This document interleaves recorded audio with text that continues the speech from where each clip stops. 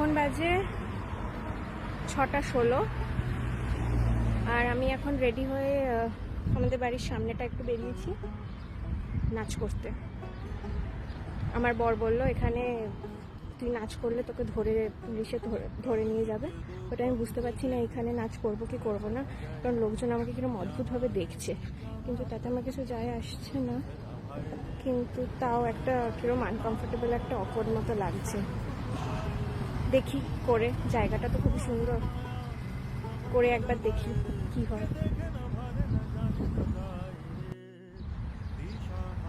এই হচ্ছে জায়গাটা।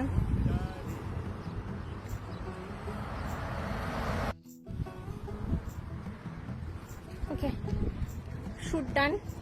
জানি না কি হয়েছে, কিন্তু একটা কিছু হয়েছে। তা এখন যাই, দেখি বাড়ির দিকে যাই। বড় চলে আসবে ফোন করেছে, অলরেডি বেরিয়ে গেছে অফিস থেকে।